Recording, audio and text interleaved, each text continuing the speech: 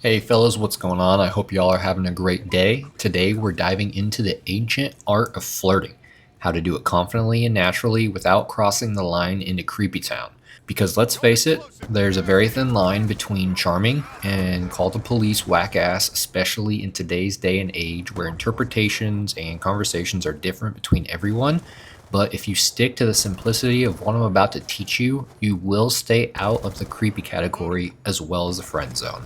Now, let's be honest, flirting isn't something most of us are born great at. It's a skill, and just like any other skill, it takes practice, guts, and some smart strategies. So, whether you're trying to connect in person or through an app, I've got you covered. Let's start with the basics real world flirting. Let's begin with one of the good old fashioned in person flirting. No texting, swiping, or emojis here, just you, a potential crush, and real human connection. Let's get some examples rolling. Let's say you're out somewhere at a grocery store, coffee shop, a gym, or a bookstore, school, wherever, and bang, you spot a shiny dime that catches your eye. Angelic, magnetic, fucking majestic. Just wow. And you want to say hi, but what's your first move? Most people say eye contact, but I say check their hand first. If you see a wedding ring, keep walking, Captain. That ship has sailed, but hey, don't worry, new ships come into the dock every day. So with this one, you see no ring. Great. Time for step two purposeful eye contact. Look their way, glance again, and catch their gaze.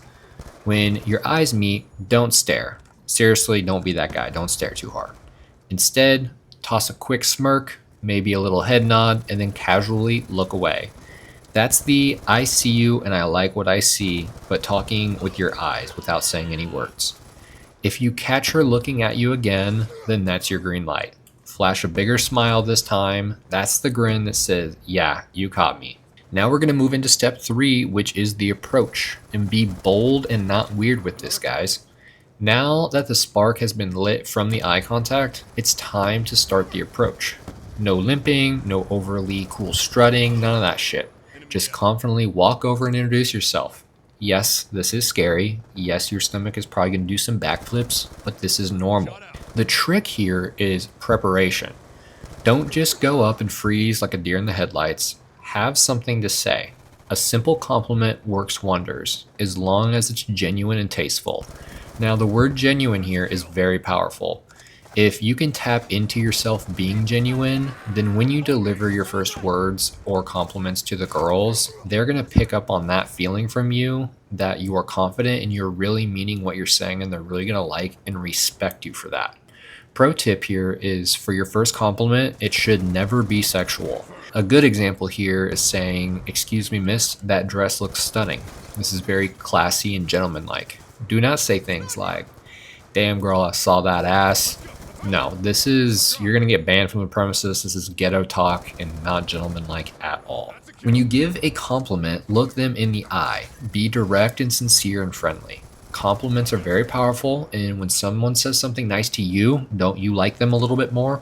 Exactly. If you want to level up your dating game, I've got a separate video on the art of dating as well. I'll link that in the video below if you want to check that out. And now it's time to keep the conversation smooth. You've made your move, you've delivered the compliment, and now the conversation's rolling. You're doing great. Confidence alone sets you apart from 95% of guys, so be sure to keep that high on your shoulders. But here's another important move: knowing when to exit the conversation. If it's someone you'll see again, like a coworker, a classmate, or a fellow gym rat, wrap it up quickly and continue the flirt next time. But if this might be your one shot, then you've got to go for it. You got to ask for the number. Yes, it's nerve-wracking, but what's the worst that could happen? They say no. That is not failure. It's just experience. Smile and say, "Hey, it was great to meet you. Hope you have a great rest of your day." And move on like a boss and enjoy your day more. Whatever you do, don't beg, plead, wallow in self-pity, or oversell. Desperation is never attractive. Confidence is always sexy. Now I'm going to flip things up into flirting in the digital age.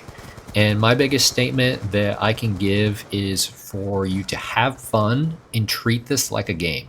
It will make your time and energy more positive and fun. If you can't do this, if you can't treat dating apps like a game and have fun with them, then you need to delete them because you simply are not ready for them and you're just going to waste your time and get stressed out for no reason at all. Now, for my tech savvy flirters, yeah, I see you, boy.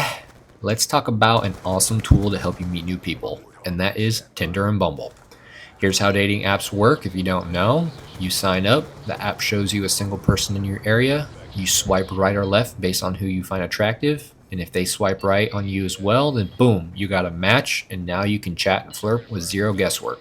It's free, fun, and frankly pretty genius. My Tinder and Bumble days kept me busy with dates and messages, so be prepared when you have a few dates per week and about 10 plus conversations going at a time. Now, some of you are probably asking, how do I set up a good profile? And my advice here is just to keep these instructions simple. Have no more than 4 photos and words on your profile. Less is more here. The less pictures and words that you have, the more mysterious you are. If you have 6 pictures and a paragraph about yourself, then they're already going to know too much about you. There's no point in them getting to know you any further, and then therefore they're going to swipe left, and this also comes across as very needy. As far as pictures go, look at some Instagram guys that you follow that you like their style and go out with a buddy and take each other's pictures. No, this isn't gay or anything. This is you two helping each other get higher than average quality photos that the majority of guys are using on these apps, and this is going to help set you apart. My words that I also used in my bios were just these 3 simple words: travel, fitness, and donkeys. It was my family's donkeys, but they don't need to know that right now, and this creates a lot of wonder of like, why the fuck? Why donkeys? This very often got them to message me first, and from there I just joke with them for a message or two, and if the messages were reciprocated, I quickly got the message to them of, hey, you seem pretty cool, would you like to hang out sometime? Here's my number. From there, I would set up a date and go on about my day. Whenever I would message a girl first, I always said something smartass, kind of smartass, kind of not comment about what one of her pictures or was in her bio. Nothing degrading or disrespectful or anything like that. More so playful, like if she had pictures of her in another country like Canada, for example, then I would say, interesting. You don't come across to me as a Canadian girl. I see you more as a girl from Germany instead.